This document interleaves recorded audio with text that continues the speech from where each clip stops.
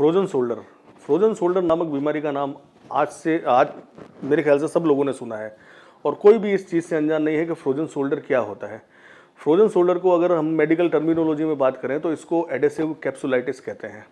Frozen shoulder में ये होता है कि इसका मेन जो सिम्टम्स है ये है कि जो भी पेशेंट है उसका हाथ वो जब कंधा ऊपर लेके जाएगा तो उसको थोड़ा सा पेन फील होगा, और अगर आपको ये सब चीज़ें हो रही हैं तो आप फ्रोजन शोल्डर से ग्रसित हो रहे हैं।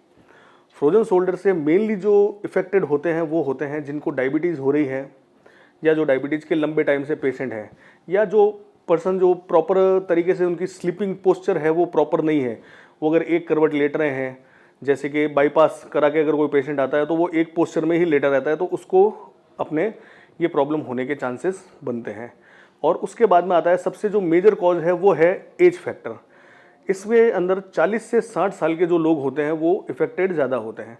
फ्रोजन शोल्डर के लिए मैं आपको 2-3 एक्सरसाइजेज बताऊंगा जिसको करने से आपको एक हद तक बहुत आराम होगा। जिसमें सबसे पहले ये होता है कि शोल्डर पुली वाली एक्सरसाइज होती है। उसके अंदर आपको शोल्डर पुली को ऐसे टांगना है और हाथ को ऐसे पकड़ के ऊपर लेके जाना है, फिर धीरे धीरे नीचे लेके आना है और उसी पेस के साथ आपको वापस ऊपर हाथ को लेके जाना है। बस पेस आपको मेंटेन रखना पड़ेगा। अगर आप पेस मेंटेन रखेंगे तो आपकी मसल्स बहुत अच्छे से काम करेगी और अच्छे से खुलेगी।